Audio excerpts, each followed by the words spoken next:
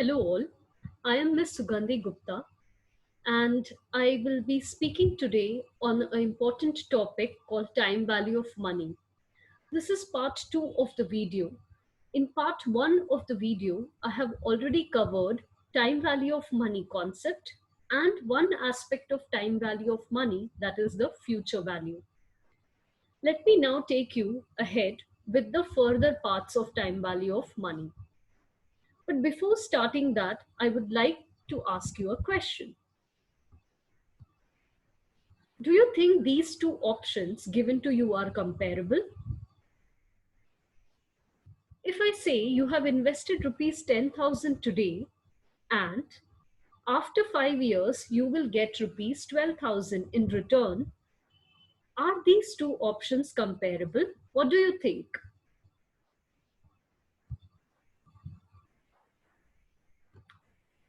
I think because of the last time's video, we have understood that this 12,000 rupees, even if it is mathematically more than this 12,000 rupees, its actual value may be lesser than 12,000. That is, the economical value of this 12,000 rupees might be lesser. And hence, comparing this 10,000 rupees, that is today's 10,000 rupees, with 5 years hence 12,000 rupees might be a bit difficult. So, in finance, it's a very important concept. Let us see how this 12,000 can be made comparable to this 10,000 rupees. Present value. Yes, it is a very important concept in finance called present value. So, what does present value actually mean? This person is like you and me. He wants 30,000 rupees after a year for buying a mobile phone. He thinks that he can invest this amount of money at the rate of, say, 8% per annum. But now the question is, how much should he invest today? The reason being, he wants this 10,000 rupees after a year, not today. So, how much can he invest today so that at the end of the year, the value of that money would become 30,000, which is his requirement? Answer to these type of questions will be found out by finding present value of money. So what is present value of money? It is defined as current worth of future cash flow. Future cash flows, it can be inflows, it can be outflows. So future cash flows, it means what amount of money in the future I will get and what is its worth today. So that this 12,000 rupees that you will receive in future can be made comparable to this 10,000 rupees that I'm getting now, that I have to pay now. So in this video, I'll be covering present value or discounted value. Yes, just like future value is called as compounding value, the present value is called as the discounted value. So we will study discounted value of single cash flow. It means that at the time of maturity, only once I'm getting the money and only once I need to calculate that amount today. So converting one maturity amount into the present value means single cash flow, and a series of cash flow means again over a period of time I might be requiring money, etc. In this, there are four categories. In future value, there were only two. So we will see all this in detail as the video progresses.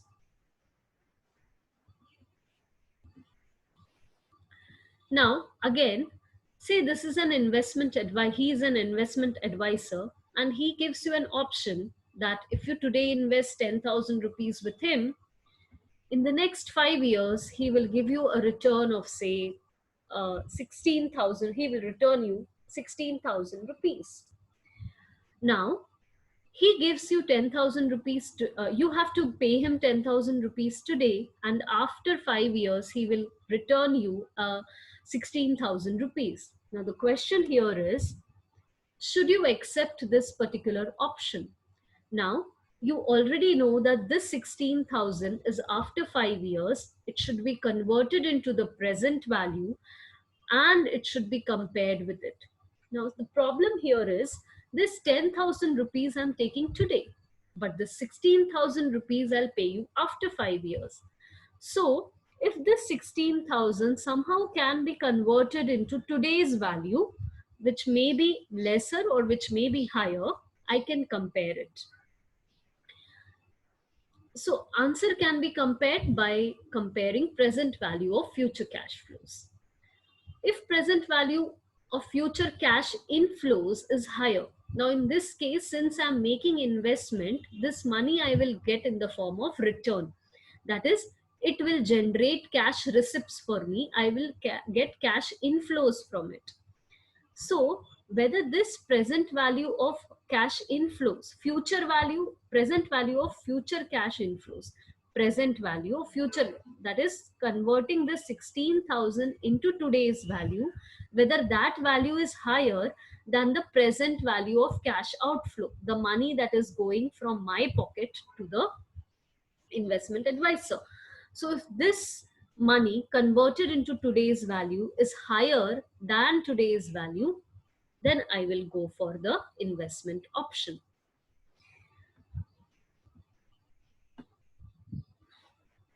Now, you present value of cash outflows, cash flows can be calculated using this particular formula. This formula you might be familiar because we have already discussed it in detail in future value. We just merely adjust this equation. So I take this compounding factor of future value in the denominator and the formula becomes the formula for present value.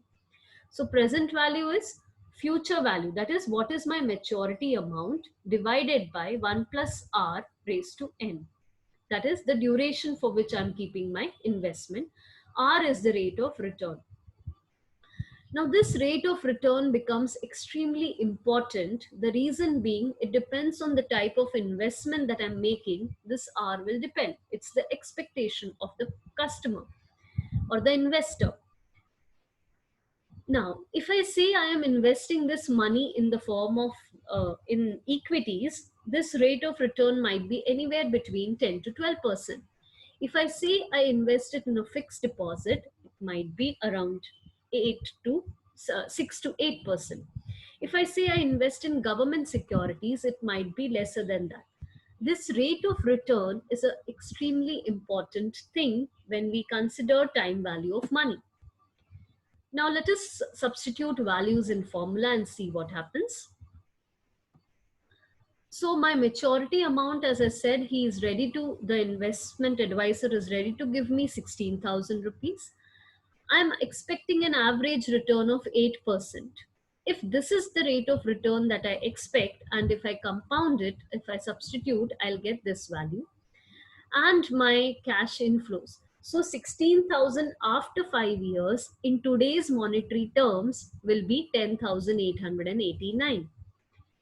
So the investment advisor is taking rupees 10,000 from me today and he is returning me this much amount of money in today's term.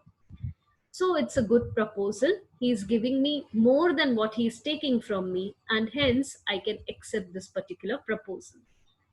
The process of finding out present value of money is called as discounting. It's called as discounting.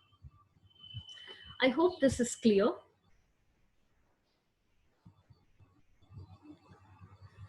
Now, this was about the single cash flows. But as we know that many times people expect multiple cash flows, that is in the form of annuities.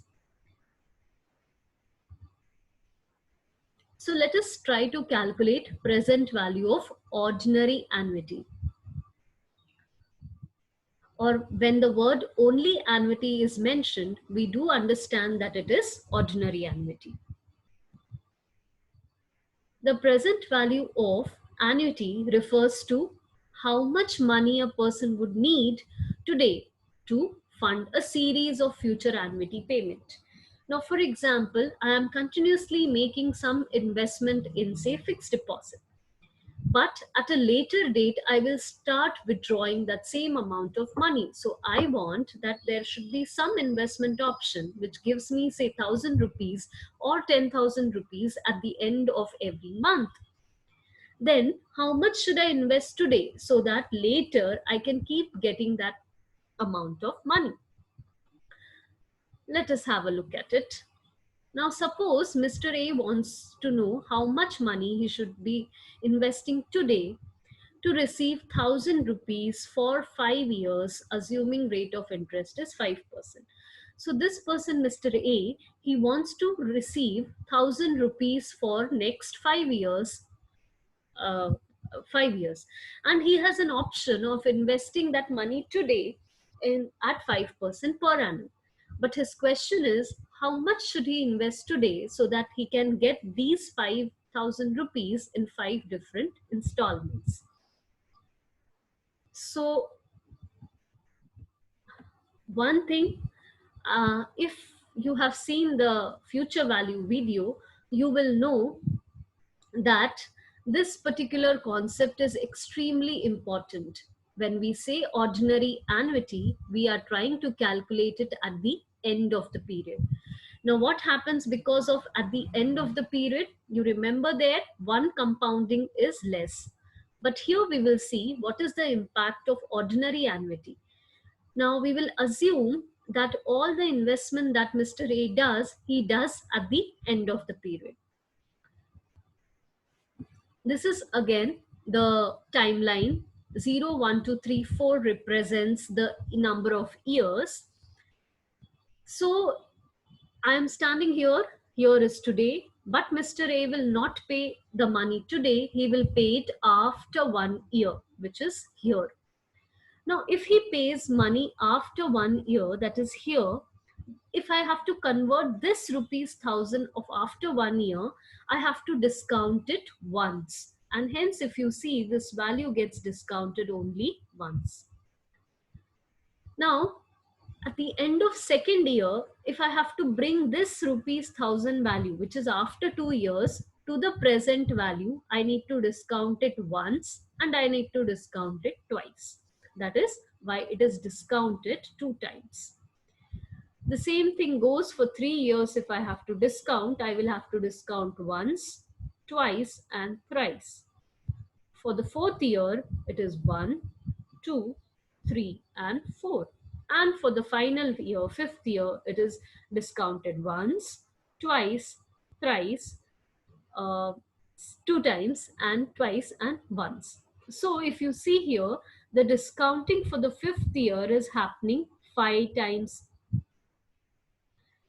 At the end of fourth year, to bring it till the present value. Now, to bring it till the present value is extremely important because we are bringing it to the current value. And that is why you have to discount even the first installment. So that is why here the discounting is taking place 5 times. You can do it, this calculation individually. It means that Mr. A should invest 4,329 rupees today so that after 5 years he starts getting rupees 1000 every year. Now, of course, a formula has been developed for this. Let us look at the formula.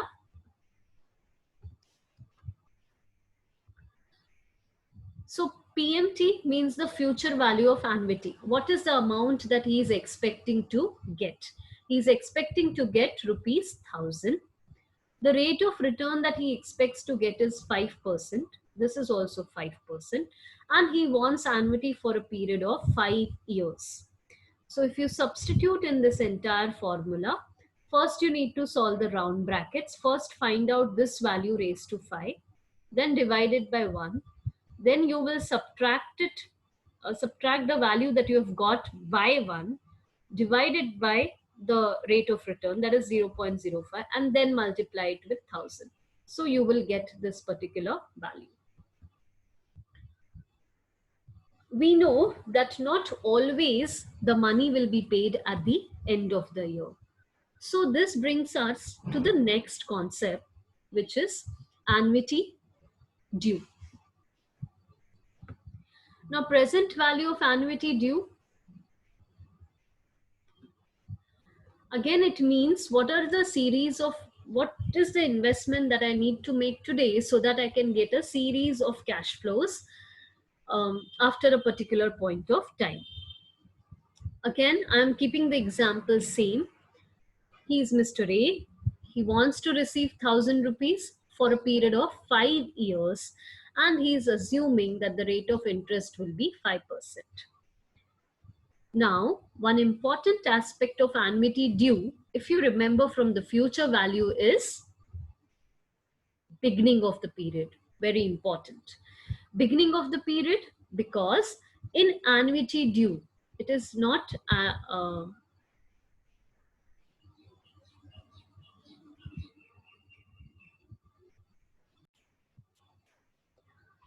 so annuity due at the beginning of the period. Beginning of the period is extremely important because the time when I start making my investment will be today, and hence it will affect how many discounting will take place. Let us have a look at it with the help of a diagram. Again, the same number line. Now, if you see, since I'm making investment at the beginning of the period, that is, I'm making my investment today itself, what happens here is, today I need not discount. Today, the first installment that I do, I need not discount that installment. The, the second installment that I do at the beginning of first year, I need to discount it only once to bring it to the present value. The second and the third installment that I pay, that is in the beginning of second year, I need to discount it first and twice, that is 2 times. Same way here, it will be 3 times, and here it will be the 4 times that I need to discount. It means here we are discounting at one lesser number of time as compared to the previous one. So in case of compounding, that is future value, you will discount it. You will compound it one extra time, but here you will discount it one lesser number of time. As you can see, since I am converting everything to the present value, that is zero value, what is happening is, say third installment that you pay in the beginning of second year, for you to convert it into the present value, only twice you need to discount it, and hence if you see, it is getting discounted only twice. Now we have covered two cases where I know exactly how many number of years will I want the return. But so this can be an investment option that you have done maybe with a bank, etc., and you are getting money from bank for a fixed period of time.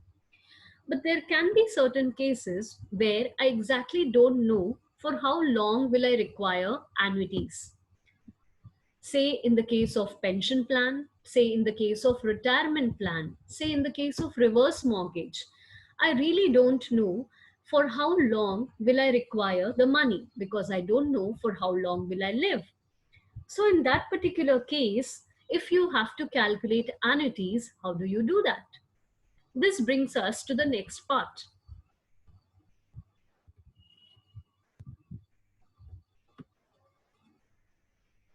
Present value of perpetuity. Present value of perpetuity. The word perpetuity here means it is infinite number of time. It means the annuity which may run for an infinite period of time. When I say infinite, it does not literally mean infinite, but I don't know how many years. It can be 5 years, 6 years, 10 years, 15 years, it can be anything. But we don't know exactly for how long we will have to pay to them.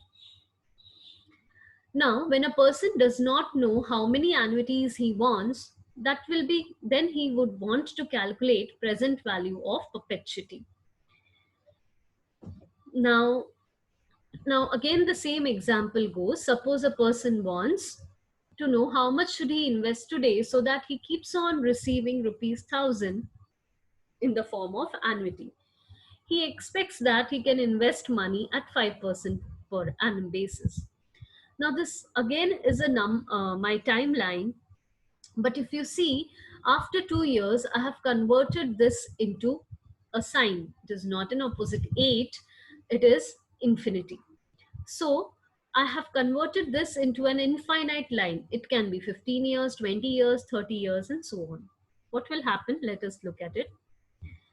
So he wants, each year he keeps wanting rupees 1000, and this will go on and on and on. Now the question is, how much should he invest? So the formula says he can invest rupees 20,000 today, so that at the rate of 5% return, he will keep getting rupees 1000. Now, how does this happen? So so he has deposited 20,000 in the bank. After every year, the 20,000 would have got an interest of rupees 1000, and which can be paid in the form of annuity to the person. A simple formula has been developed regarding it. PMT is the future value of money or annuity which is required, and R is the rate of return. If you substitute in this formula, I wanted 1000, Mr. A wanted 1000 rupees at the rate of 5%. If you invest, you will know that he should invest 20,000 rupees for a perpetuity to take place.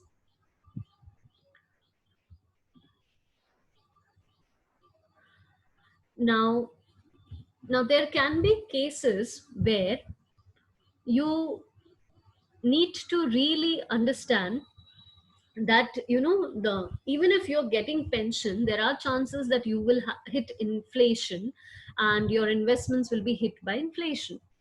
So there can be case wherein I don't know exactly how many annuities I want, but I want my annuities to grow every year by certain percentage, so that it can help my investment beat inflation, so that my investments keep growing, etc. Now for that, we have to calculate growing perpetuity. When I say the word growing perpetuity, it means annuity for an infinite period of time, which is growing continuously year on year basis. So here the person does not know number of annuities, but he wants his annuity that it should grow. Now this again is a number time series line. This is the present cash flow. This is the first annuity that the person will get. Now from first year to second year, he wants his annuity to grow by a certain percentage. Then from second year to third year, again he wants it should grow by some percentage. Now if you solve this particular sum, wherein again I will take an example of say 1000 and the rate of interest being 5%, you can calculate this particular value. Now the formula for growing perpetuity is PMT, that is what inflows are you expecting, what annuity are you expecting, R is the rate of return, and G, which is the new factor included in this formula, is growth. Growth means at what rate do you want your annuities to grow, but it can't be unlimited. There is a catch in this, that the growth always has to be lesser than the rate of return. So you can't say that the rate of return I expect is 5%, but the growth should happen at the rate of 10%. It's not possible. Growth is on the base amount, it will grow. So it will generally be always lower than the original percentage. So if my expected return is say 5%, anything lesser than 5 can be your growth. Now included in this example, I have included, I am expecting, or Mr. A is expecting a growth rate of say 3%. In this formula, if you substitute, you will get that the amount that he should invest is rupees 50,000 today, so that it can grow at the rate of, so that it can also grow at 3%. I hope you have understood the concept of present value.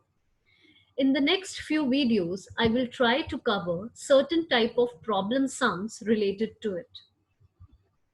These are various references which I directly or indirectly have used while preparing my PPT. I thank them all. Thank you all. If you have found this lecture useful, kindly subscribe to my YouTube channel and also press the bell icon to receive the latest updates about educational videos.